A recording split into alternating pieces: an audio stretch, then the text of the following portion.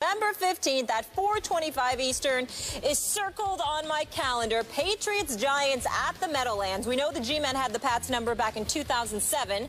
In 2011, of course, winning the Super Bowl. But this time around, New England is favored by 7 to stay perfect. Skip, what chances do you give the G-Men to win this one? I must admit to you, when I first saw this betting line this morning, only 7? Oh, God. It sort of gave me pause. I thought, well, somebody in Las Vegas, people who are very smart at what they do, they're giving the Giants a little bit of respect here. Just a little bit. It's only 7. I thought it might be 10. And I will be the first to admit to you, Eli Manning against the Patriots scares me to death. I'm not kidding. I'm not faking. I'm telling you from my heart, he scares me to death. Eli Manning versus New England has nuclear capability. You want to know why?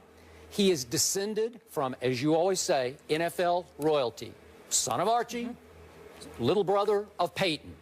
And Eli Manning grew up around pro football thinking he was really great at what he was about to do because his father was really good and his big brother is really good, and he should be really good.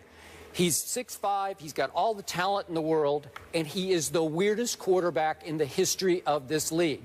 I never know what to make of him. You say Jay Cutler is emotionless and hard to read, and what's your other word, apathetic or whatever. Half the time I think Eli's Jay Cutler, except Eli he's Jay Cutler with 2 of the most unlikely and lucky playoff runs in the history of this league. Both of them resulting in Super Bowl wins, lucky Super Bowl wins over my New England Patriots, my Tom Brady Patriots. And I never know if Eli cares or doesn't care because he will try anything at any moment, and if it blows up in his face, he just shrugs and goes on because he's Eli Manning. His father's Archie. His big brother's Peyton. He's made all the money he'll ever need in the world, and he just goes on to the next play, which is why Eli Manning has led this league in turnovers, in interceptions 3 times. And my favorite stat, would you believe that since the start of 2007, listen to this, Jay Cutler is 2nd in the NFL in turnovers since the start of 2007. Guess who leads in turnovers since 07, the start of 07? Eli, by far. He has 181 turnovers to Jay Cutler's 2nd place, 161. That's Eli Manning. When you least expect it, he will just blow up, and then he'll blow up on you. And listen, those 2 plays in the Super Bowl, the first one to Tyree, it's the biggest pass in a prayer I have ever seen. It's 3rd and 5 at the 44, their own 44. I don't know how he got away because he's not that athletic. And then he just flings it to nowhere. I don't know what Rodney Harrison was doing. He wasn't doing anything. We'll talk about him later in the show. But all of a sudden, Tyree goes up, and it sticks in his face mask. I wouldn't say he wasn't doing anything. Yeah, well, I saw him jump up and you got to get your hand on the ball. It hangs up there for 14 seconds. You got to get your hand on the ball, and it sticks in Tyree's face mask. He'd caught 4 balls all season. This is impossible. And Tom Brady had done what he always does. He had clutched up and thrown the touchdown pass to Randy Moss with a couple of minutes left, and all of a sudden it's 14-10, and all of a sudden it's 17-14 Eli. How did he do that? And then in the next Super Bowl, Eli, they're backed up, they're in jail, they're stuck at their 12-yard line, and he throws one down the chimney to Manningham. It was a great throw. That was a great throw. I got to tell you. But it followed on the heels of the unluckiest throw in Tom Brady's career, because I'm getting ahead of our video here, but just before that, Brady had Wes Welker right down the seam, just wide open. Just lead him a little bit. Just lead him just a little bit, Tom. Hit him in stride. It's going to be a touchdown, and the game's going to be out of reach. But no, he threw it a little behind him. Tom Brady made a bad throw. I said this. I said it at the time. I thought it was a bad throw. I don't recall. That's so just me. I'm touched. Okay. There was a moment for me. I said it the next day. A lot of people said Welker dropped the ball. I thought it was a very difficult, because you're going to make Wes Welker, who's not your typical deep threat wide receiver, flip in the air and try to catch the ball over the wrong shoulder. He just made a bad throw. But if he makes a good throw, we're having a different conversation right now. Eli Manning, turnover machine. But Eli Manning made 2 Super Bowl runs that put him on the national map. So will he be afraid of this moment? No. He'll go out there and do what he does. I think that you're a bit too hard on Eli Manning. I can understand the bitterness. It makes total sense because it robbed your boy Tom Brady of not one, but two Super Bowls. And so you haven't gotten over that. You're still lamenting those experiences, the emotions that come with it. You're a bit depressed. You haven't recovered, typically so. I haven't. It's about 8 years ago, one of them, and 4 the other one. But I would say I think it was yesterday. It feels like. I'm looking at Eli's numbers right now. He did lead the league in interception 3 times. Yep. Skip. In 2007, it was 20. In 2010, it was 25. Yep. In 2013, it was 27. 27. 27. So that year he had 18 touchdowns to 27 interceptions. Is it? No. It says here. I'm just. Okay. I'm just looking at. No, I was just wondering because that was the year they won the Super Bowl. That's right. It was the year they won the Super Bowl, but he had 20 interceptions. Wow. He had 20 interceptions. What I'm saying to you, Skip, is this.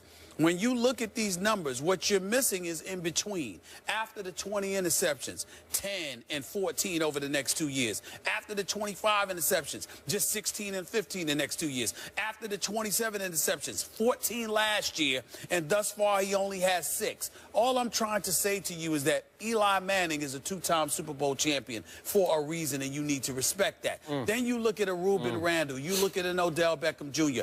I don't recall Eli Manning having those requisite weapons. Manningham was good, and you had some other weapons, but you didn't have an Odell Beckham Jr. on your squad. You look at some of the guys, some of the responsibility, rather, that Tom Coughlin and the Giants organization has placed on Eli Manning's shoulders. You know, it's similar to what is asked of Tom Brady in order to do what he did, except for some reason, whether it's schematically or otherwise, okay, you have continuity with the coordinators. You have continuity with Bill Belichick. Even though you've got the continuity with Tom Coughlin, there's always been some upheaval as to what the offense should be doing because of the offensive line, the lack of protection to Eli, the absence of a running game. There's been a whole bunch of stuff that comes with it. So I don't look at Eli as some marginal quarterback, and I don't talk about him that way. There at no time has Eli Manning reminded me of Jay Cutler. At no time has that happened. Well, it's more, you know, I don't know if it's Gomer Pyle or what was the character's name for the 50s? The aw shucks kind of guy from the Andy Griffith days. I keep trying to remember. I think that's who Eli Manning reminds me of to some degree. Okay, I'll buy that. The aw shucks kind of guy or whatever. But he didn't seem indifferent. He didn't seem apathetic. He's just always somebody that, you know, his actions weigh heavily on him. He actually cares a lot about what he's doing. And as a result, when he messes up, you can see it in him. It's not like I don't see a guy. I've never looked at Eli and felt like he didn't care. No. I don't think it bothers him a bit to throw an interception. I just don't. Oh, yeah, that's because he's Eli Manning. Well, listen, he'll be just fine. He's not going to lose his job. That's not the Eli I see, and I don't think it's the Eli Molly see. No. I think it's the Eli you see because you're trying to knock him because he beat your boy 2-on-1 again. I knew it. It's okay. It's 2-on-1. I appreciate the help, but I don't need it. Let me be very, very clear. You haven't gotten over the fact that your boy lost 2 Super Bowls to Eli Manning. Okay, so I'm looking at the QBRs for Eli Manning every full season since 07. Okay. I don't even see one over 66. It's on scale of 0 to 100. That's how wildly inconsistent he can be. You in the 50s, you told me that was average. Okay. So what's the 60s? Okay, 60. It's just okay. It's rated right now. But here's the point. On 2 Super Bowl runs to 2 Super Bowl championships, he had a QBR for those games in that postseason of 73 and 73. Well, that's extraordinary, man. I mean, that's just, and remember, the first one was all on the road. He goes on the road, and then he beat Aaron Rodgers at Lambeau. How could you do that? So you know how you can do that when you have talent and you care. Jay Cutler has talent, but he doesn't care. Go ahead. Timeout, point of order.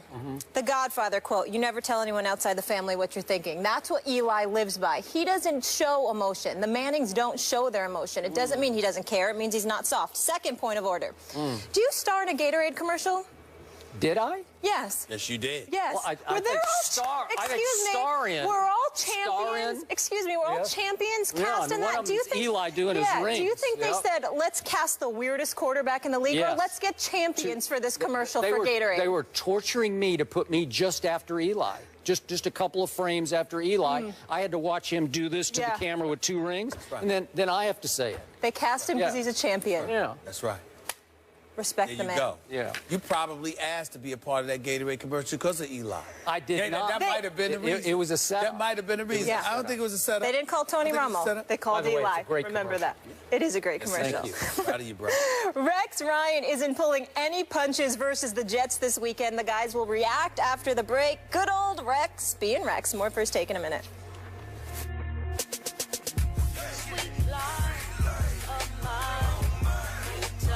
The Bears get their third victory of the season, defeating the Chargers at Qualcomm 22-19. Phillip Rivers threw for 280 yards in the loss, giving him 3,033 for the season. That marks his 10th straight season with at least 3,000 passing yards, tied for the fourth longest streak in NFL history. Pretty impressive.